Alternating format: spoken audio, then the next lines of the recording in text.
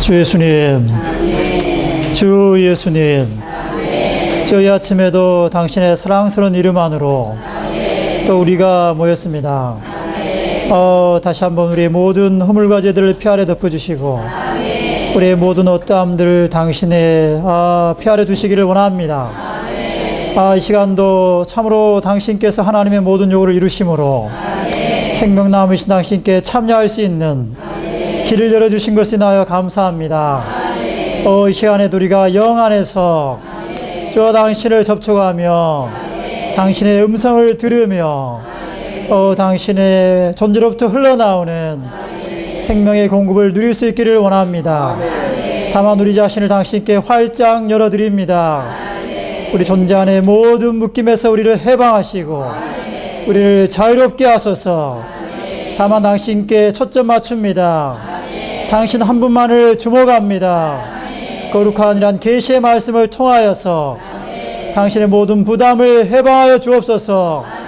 오늘날 이 땅에 당신의 거처를 건축하기 위하여 주님, 우리 존재가 새롭게 당신과 연합되기 원하고 당신께 드려질 수 있기를 원합니다. 우리의 마음이 전일하게 주님을 향하며 주님의 건축을 위할 수 있도록 이 시간 우리 존재를 얻으시옵소서. 또 우리의 마음 안에 당신 아닌 모든 것들, 헛된 우상들을 다 제하여 주시고 주님만을 우리가 참으로 섬기며 주님만을 우리 중심에 둘 수 있기를 원합니다. 주 예수님, 이 한 시간 주님께 맡깁니다. 주님을 우리의 통로로 사용하셔서 당신이 흐르시고 당신이 공급하시고 당신의 건축의 일을 행하시옵소서. 주님을 찬양합니다. 주님 한 분을 높여드립니다.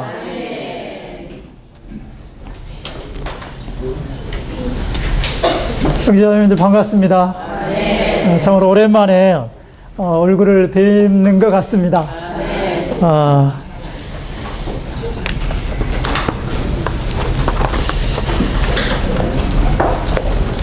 저 오래간만에 지금 세미나를 하게 되기 때문에 좀 긴장이 많이 됩니다. 이 시간 모든 형제자매님들께서 또 영안에서 함께 기도하시며 또 이런 말씀이 합당하게 해방될 수 있도록 우리가 기도하는 영안에서 이런 메시지를 함께 들을 수 있기를 원합니다. 오늘은 출애굽기 성경 세미나 메시지 46번과 47번을 교통하도록 하겠습니다. 먼저 메시지 46번을 제목을 같이 한번 읽어보도록 하겠습니다. 성막기구와 제사장의 우복을 만드는 기술자, 율법을 깨뜨림. 아멘. 오늘은 먼저 1교시에는 이 출애굽기 31장부터 32장 29절의 내용들을 다루게 되겠습니다.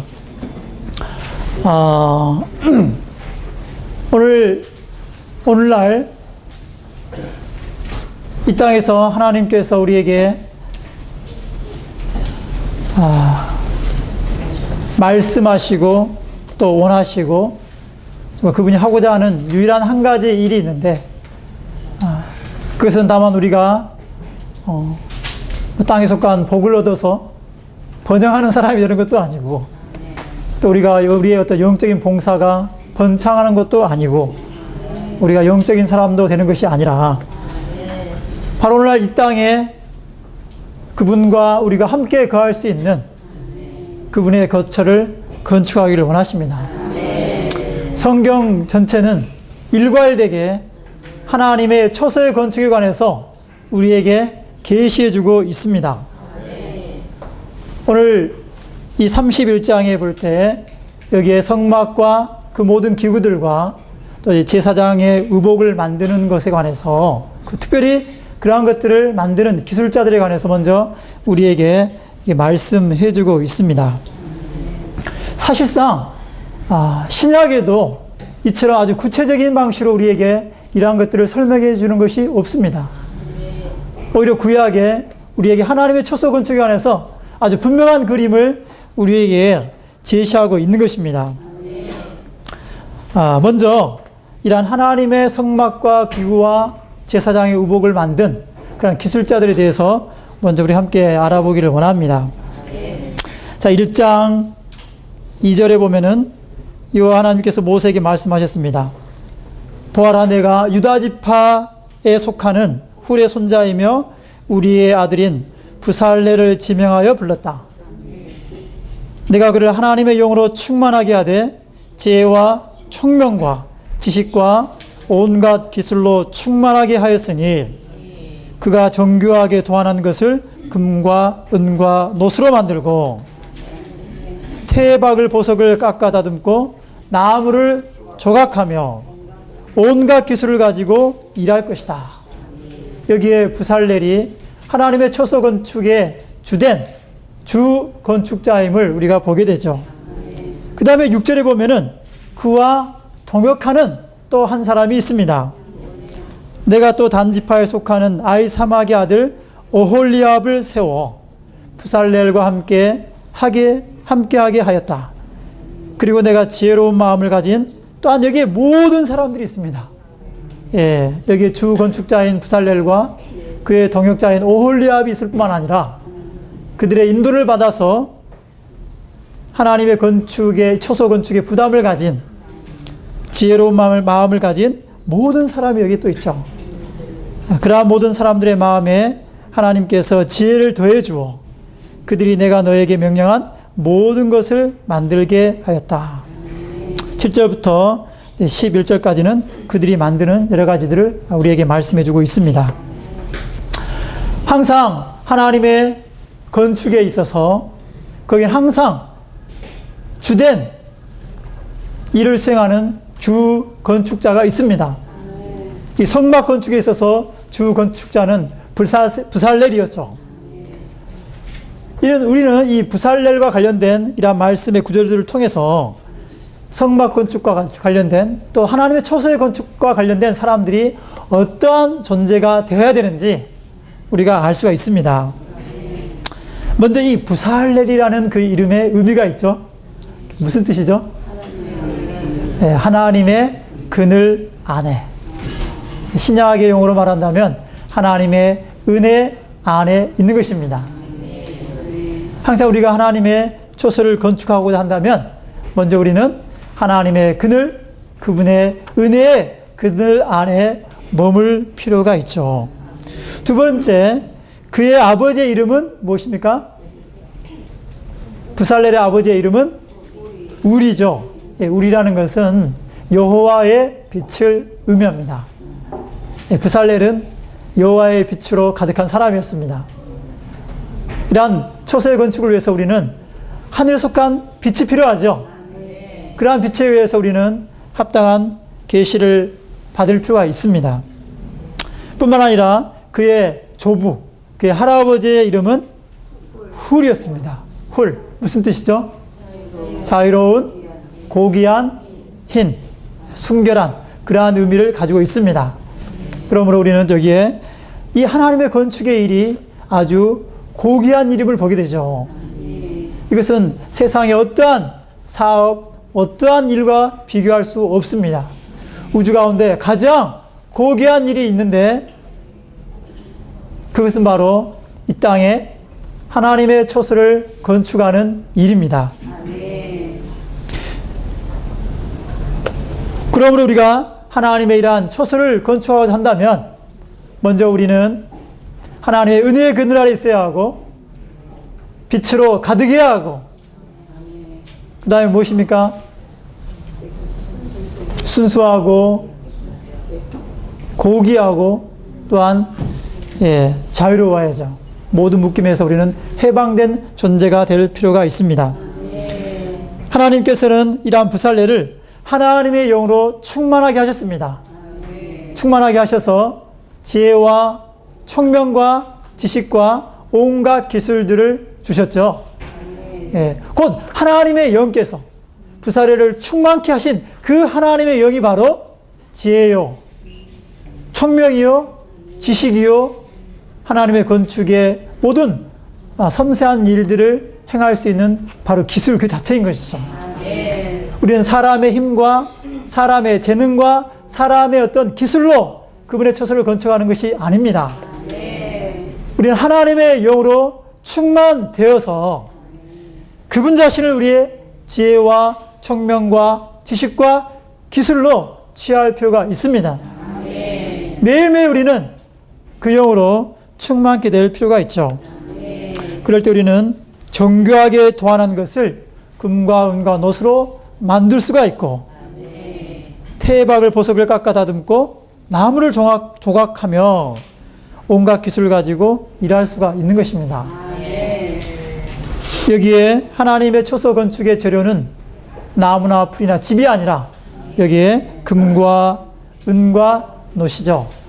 이런 것들이 이미 우리가 이전 메시지들에서 다 교통했던 내용들입니다. 금은 무엇입니까? 하나님의 본성, 신성한 본성. 은은 그리스도의 구속. 노은 하나님의 의로운 심판을 가리키고 있습니다. 그러므로 우리가 교회 생활 가운데서 우리는 이러한 것들을 사용해서 어떻게 하나님의 초소를 건축하는지를 매일매일 우리는 배울 필요가 있습니다. 그 다음에 태박을 보석을 깎아 다듬고, 여기에 또한 보석이 있죠. 이 보석, 이 원석, 보석이 있지만 그 보석 원석 자체를 가지고서는 건축할 수가 없죠. 반드시 그것은 가공하는 손길을 거쳐야 합니다. 이 세공하는 사람들에 의해서 아주 섬세하게 하나하나 깎아지고 다듬어져야만 여기 합당하게 태에 물려서 뭔가 가치 있게 되는 것이죠. 그러므로 우리가 이 태박을 보석을 깎아 다듬는 것은 바로 우리가 성도들을 도울 때 그들로 하여금 변화되어서 하나님의 건축에 적합하도록 하는 것입니다. 그 다음에 또한 나무를 조각하는 일이 있죠.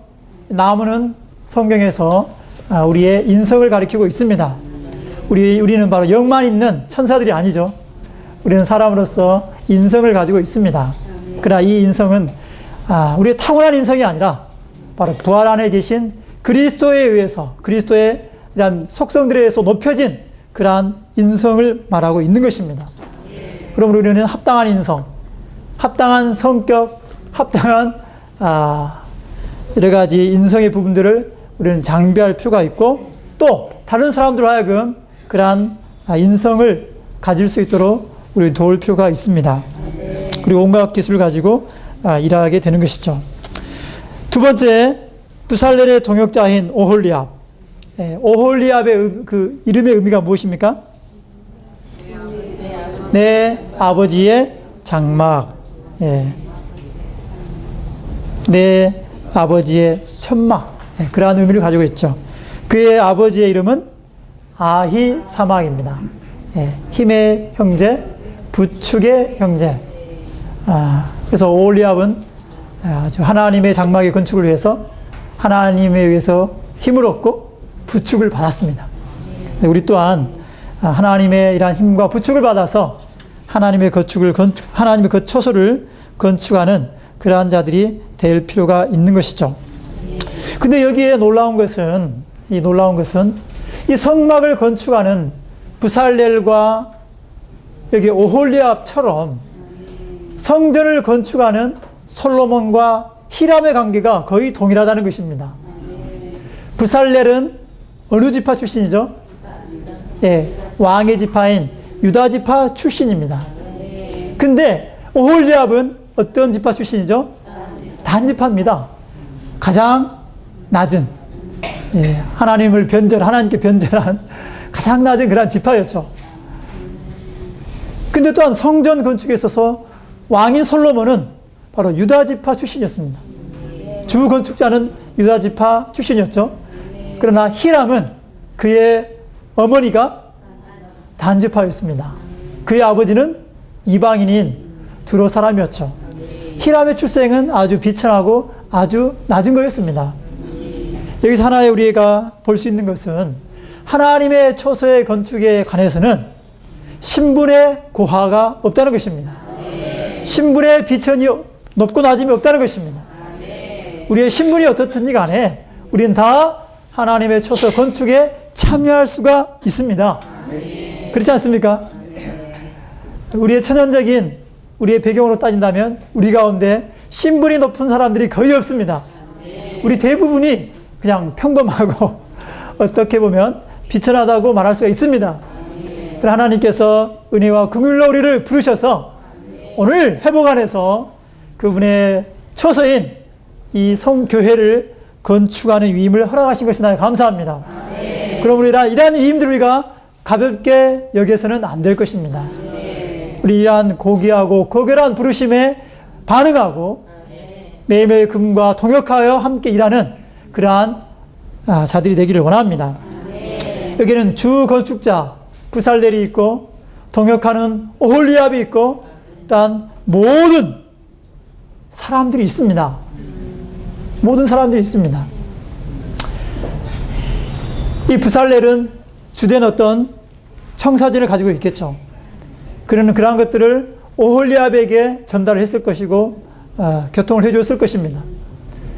일단 오홀리압은 그러한 것들을 하나님의 초소 건축을 위해서 부담을 가진 하나님에 의해서 감동받은 모든 자원하는 자들에게 그러한 것들을 세세하게 가르치고 전수하고 온전케 했을 것입니다. 신약의 에베소서를 보면은 에베소서 4장에 보면은 11절에 하나님께서 이 몸에게 은사들을 주셨죠. 첫째는 무엇입니까? 사도고. 둘째는 신원자들. 셋째는 복음 전한 자들. 넷째는 뭐죠? 교사, 목자들입니다. 목양하는 자들이죠. 이러한 네 부류의 은사 있는 사람들을 교회에게 주셨습니다. 그 목적은 바로 모든 성도들, 몸 안의 모든 지체들을 온전케 하여서 그 사역의 일, 곧 그리스도의 몸을 건축하기 위함인 것이죠.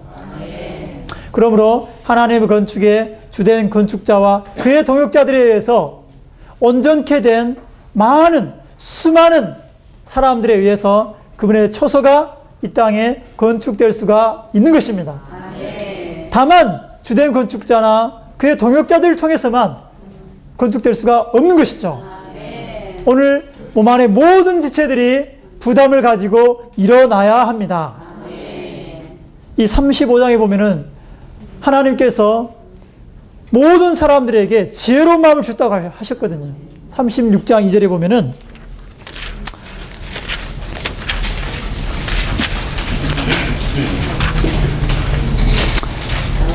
모세는 부살렐과 오홀리압과 그리고 지혜로운 마음을 가진 모든 사람 곧 여호와께서 지혜를 주신 사람으로 마음의 감동을 받고 와서 그 일을 하려고 하는 모든 사람을 불러 모았다.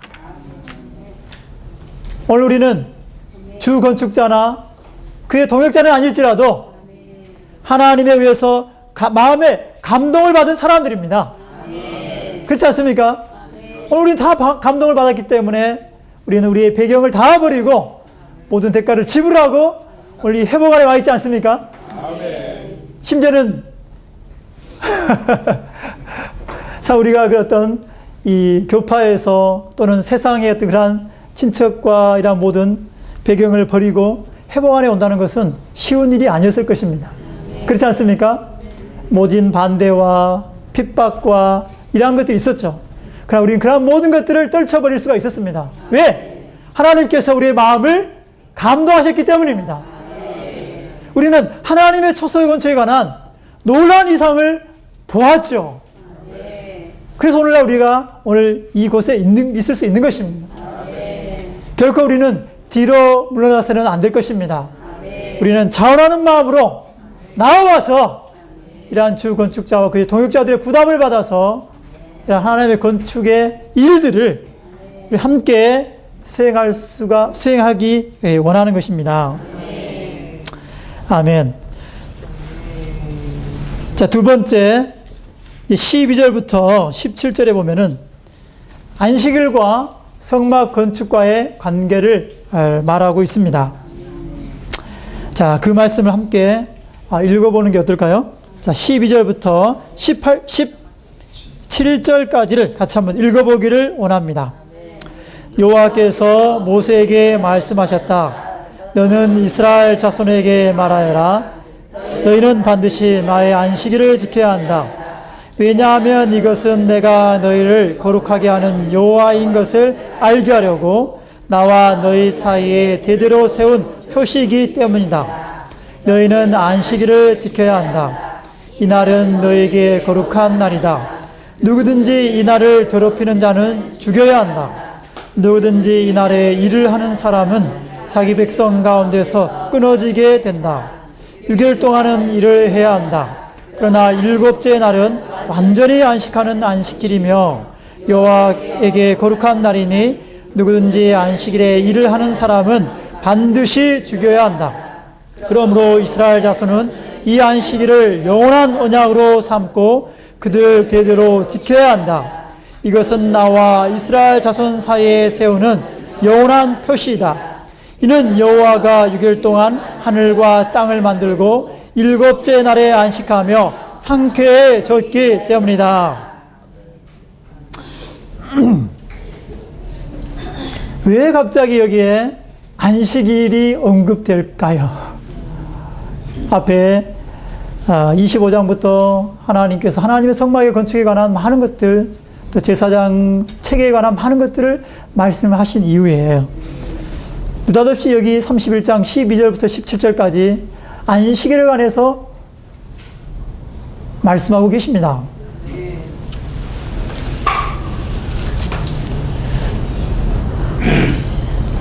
그 의미는 무엇일까요? 바로 그 의미는 바로 하나님의 백성이 그분과 함께 그분을 위하여 일할 때 그분을 누리고 그분으로 충만됨으로 그분과 함께 안식하는 것을 배워야 한다는 것이죠. 이 성막을 건축하는 것, 하나님의 처소를 건축하는 이것이 하나님을 위한 일이고 하나님께서 원하는 일이시기 때문에 우리는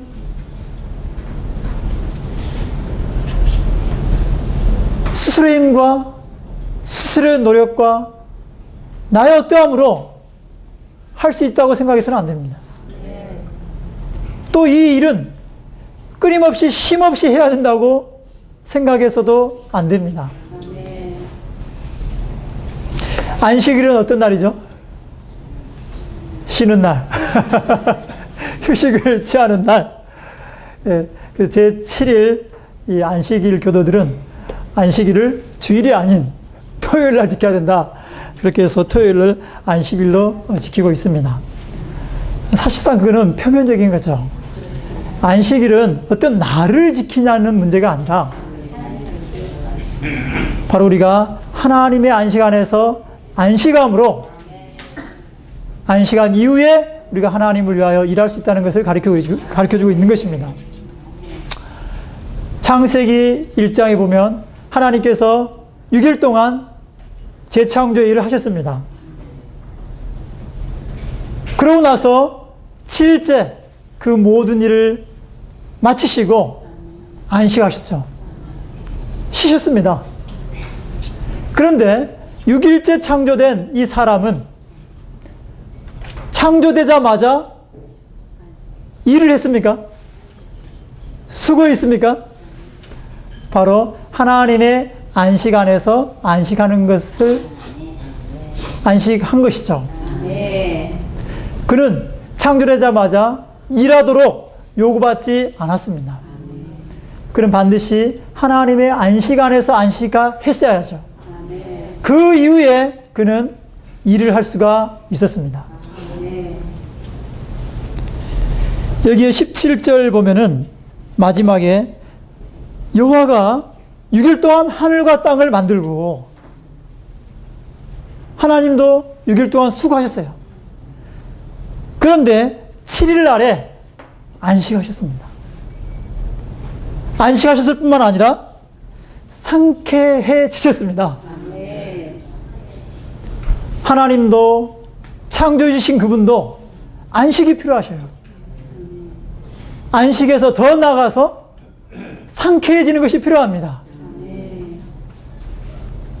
그렇다면 피조물인 우리들은 얼마나 안식이 필요할 하겠습니까? 얼마나 더 상쾌해질 필요가 있겠습니까?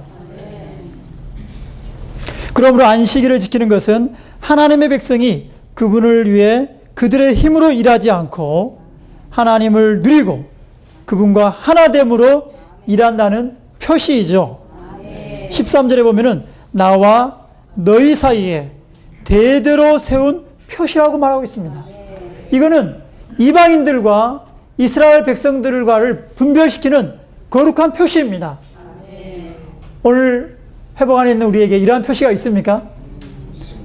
우리가 그리스도의 몸의 건축을 위해서 일을 할 때, 하나님의 동역자들로서 하나님과 함께 일할 때 우리는 하나님을 누리고 하나님으로 충만되어서 그분과 함께 그분과 하나 되어 일한다는 표시를 지니고 있습니까?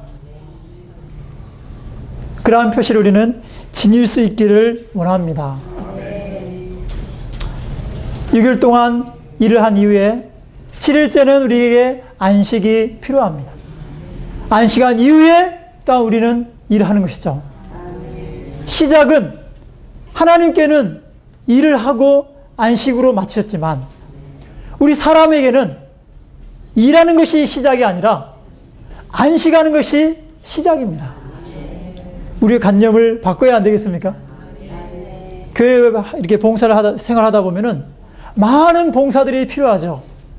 그것들이 우리의 눈에 띕니다. 부담이 없는 어린 형제자매 같으면 모르겠지만 교회 생활 몇 년 하신 분들은 교회 생활을 보면 이러저러한 많은 일들이 보여요. 그러한 것을 볼 때 우리는 덥석 그 봉사에 뛰어들려 할지 모르겠습니다. 그러나 여기에 원칙이 있는데 먼저 우리는 어떻게 합니까? 먼저 안식해야 합니다. 먼저 그분을 누려야 합니다. 먼저 그분으로 충만히 채워져야 합니다. 그럴 때 우리를 채우시고 우리를 적시신 그분을 원동력으로 하여서 우리는 그분을 위해서 그분과 함께 그분을 위해서 일할 수가 있는 것입니다. 요즘에 이제 이 사회가 이 과학 문명이 발달되다 보니까 요즘에 이제 그 친환경 전기 자동차가 많이 나오죠. 요즘에 이제 나오기 시작했는데, 전기 자동차는 무엇으로 가죠? 모터를 돌려야 되죠, 모터. 근데 모터를 돌리려면 뭐가 필요합니까? 전기가 필요합니다. 그래서 모든 전기 자동차 안에는 거기에 축전지 배터리가 있죠. 근데 그 배터리가 충전이 안 된 상태에서는 자동차를 움직일 길이 없습니다. 반드시 먼저 충전을 해야 되죠. 근데 달리다 보면 어떻게 됩니까? 소진되죠. 점점 방전이 되는 것입니다. 갈수록 힘이 떨어지죠. 우리 교회 봉사 하다 보면은 그런 경우가 많이 있지 않습니까? 봉사를 하다 보면은 점점 소진되고 메마르기 시작한 거죠. 그러다 보면은 그 봉사의 일이 힘겹게 느껴지고 같이 동행하는 지체들의 허물이 보이기 시작해요. 그것은 어떠한 사인입니까? 내 안에 있는 전기가 떨어져 가고 있다. 이제 나의 플러그를 전기 콘센트에 꽂을 시점이 되었다.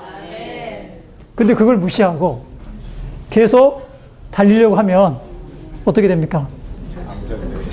완전 방전돼서 차가 주저앉게 되는 거죠. 멈춰서게 되는 것입니다. 우리의 체험 아닙니까? 그러므로 우리는 항상 그분의 안식 안에서 안식하고 그분을 누리는 이것을 우선순위에 둘 수 있기를 원합니다.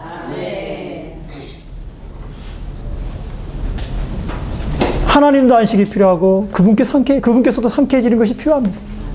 우리도 안식이 필요하고 우리도 상쾌해지고 신성케 되는 것이 필요합니다. 아멘.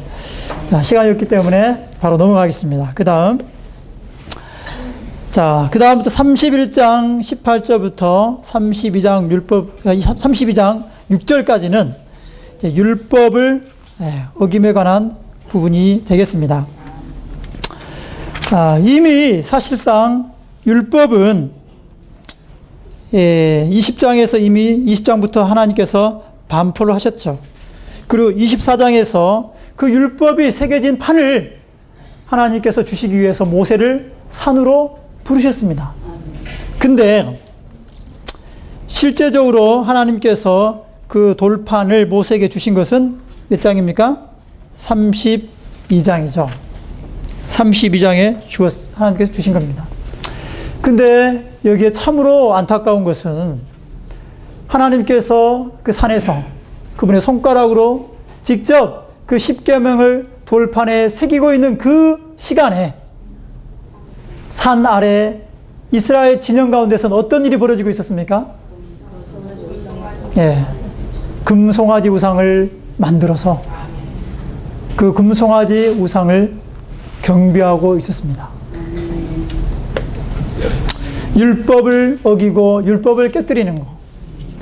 사실 우리가 율법을 깨뜨리려고 애쓰지 않더라도 만약에 우리가 우상을 가지고 있다면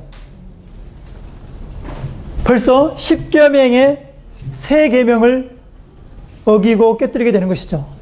첫째 계명, 다른 신을 섬기지 말라.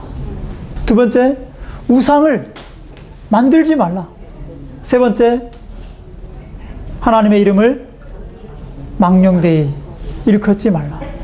벌써 이 세 계명이 그냥 깨뜨려지는 거예요. 벌써 하나님이 그들에게 율법을 주기도 전에 그들은 이 율법을 깨뜨린 것입니다. 무엇 때문에요? 우상을 섬김으로 인해서. 사실상 하나님께서 이스라엘 백성들에게 율법을 주셨을 때 하나님은 그들이 그 율법을 지킬 수 있으리라고 기대하지 않으셨습니다.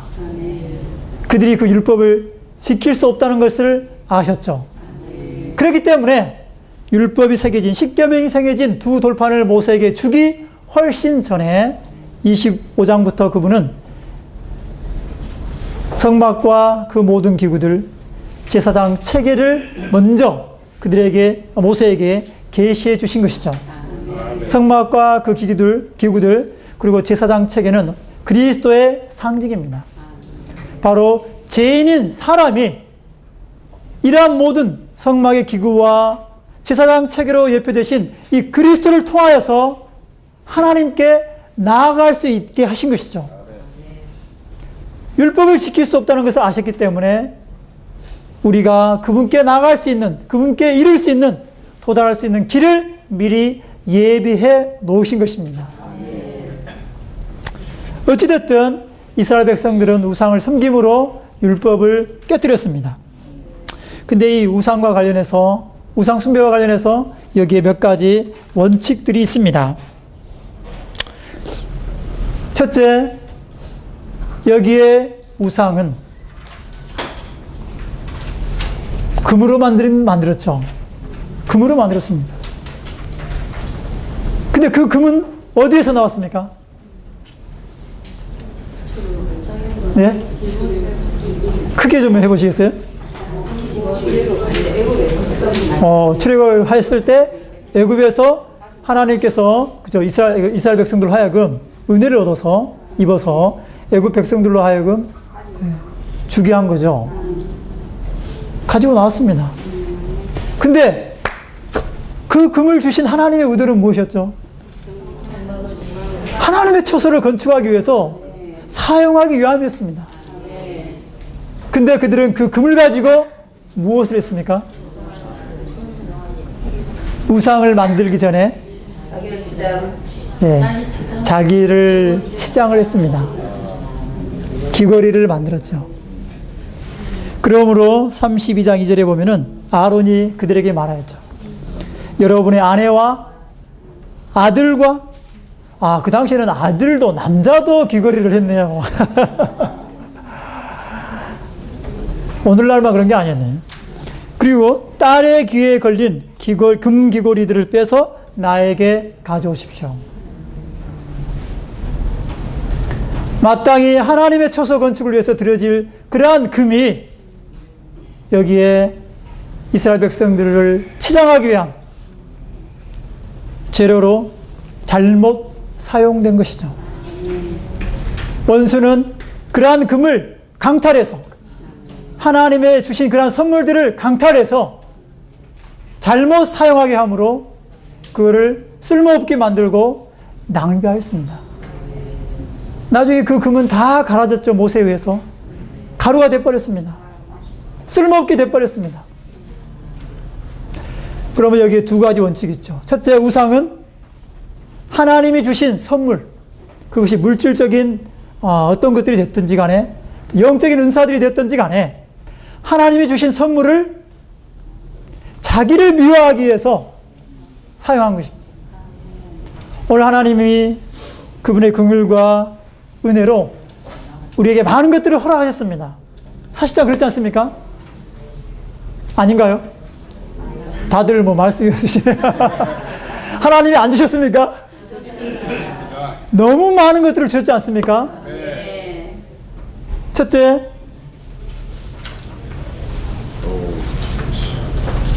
우리의 건강도 주셨을 것이고, 시간도 주셨을 것이고, 또 어떤 물질도 주셨을 것이고, 물론 물질적인 어려움을 겪는 분도 계시긴 합니다.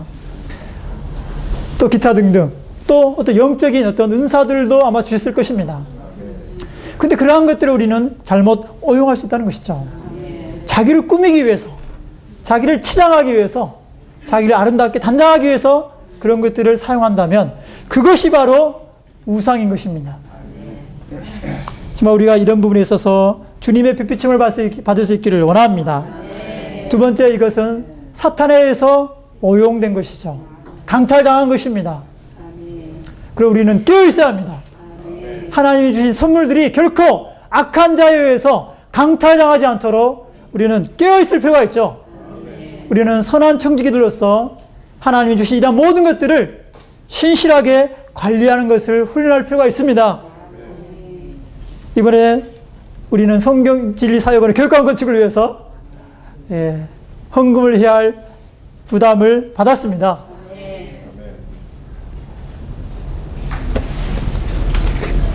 그렇지 않습니까?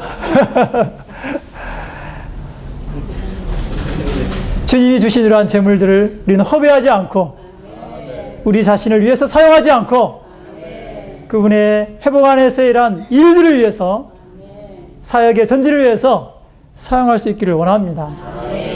오늘 북한 땅이 열리기 위해서 오늘 사역에서 기도하고 있고 전 세계 수많은 성도들이 기도하고 있습니다. 왕국 복음이 온 땅에 전파되어야 되는데 땅 끝까지 전파되어야 그날의 끝이 오는데 오늘 이 땅에 왕국 복음이 들어가지 않는 유일한 한 나라가 있습니다. 어디입니까? 북한입니다. 중동 땅도 심지어 열렸습니다. 아프가니스탄도 열렸죠. 이라크 땅도 열렸습니다. 그런데 오직 한 곳, 이 지구상에 오직 한 곳, 철의 장막으로 둘러싸인 한 곳이 있습니다. 그곳이 열려야 되지 않겠습니까? 그러나 열린 이후에는 어떻게 해야 합니까? 누군가가 가야 되잖아요. 이런 요셉의 창고의 풍성을 가지고 가야 되지 않습니까? 가서 교회 나무를 심어야 되지 않습니까? 누가 갈 것입니까? 물론 우리가 갈 수도 있겠지만 우리의 자녀들이, 우리의 젊은이들이 훈련을 통해서 온전케 되어서 가야 되지 않겠습니까? 거기에 교회 깃발을 꽂아야 되잖아요. 그러므로 합당한 시설들이 우리 필요합니다. 또 몸의 섞임을 위해서 그러한 합당한 시설들이 필요합니다. 우리 어려운 물질들 낭비하지 아니하고 주님 앞에 정말 드릴 수 있기를 원합니다. 또한 여기 한 가지 또 원칙을 보게 되는데 우상 숭배는 우리의 유흥, 우리의 오락, 쾌락과 관련되는 것이죠. 이스라엘 백성들은 여기에 황소의 형상을 만들지 않았습니다. 어떤 형상을 만들었습니까? 예, 송아지요. 작은 송아지를 만들어서 경배했습니다.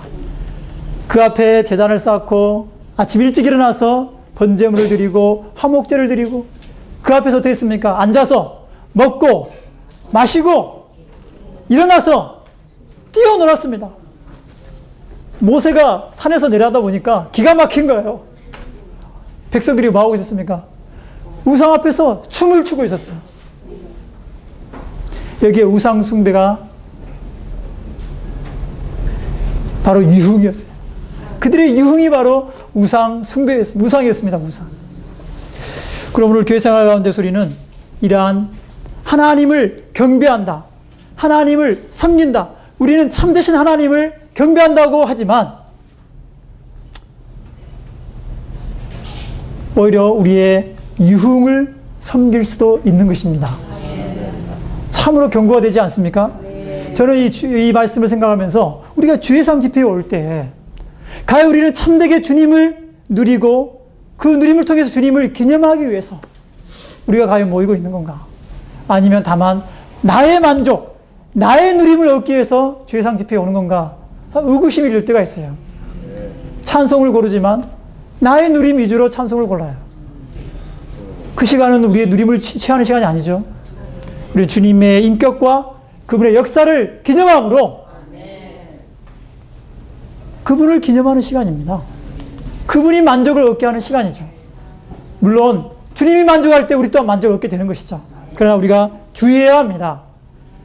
주예상 집회가 됐든 어떤 집회가 됐든지 간에 우리는 그 가운데서 어떤 인간적인 어떤 즐거움, 기쁨, 유흥, 오락을 취하지 않도록 우리는 깨어있을 필요가 있습니다. 우리는 깨어서 모든 우상, 헛된 우상들을 버리고 참되신 하나님을 섬기는 자가 되기 원합니다. 시간이 없기 때문에 바로 넘어가겠습니다. 마지막, 결국 우상과 우상 숭배자들은 모세에 의해서 처리가 되었죠. 모세가 그 금송아지 우상을 가루로 내서 그 모든 가루를 우상을 숭배하는 자들에게 마시게 하였습니다.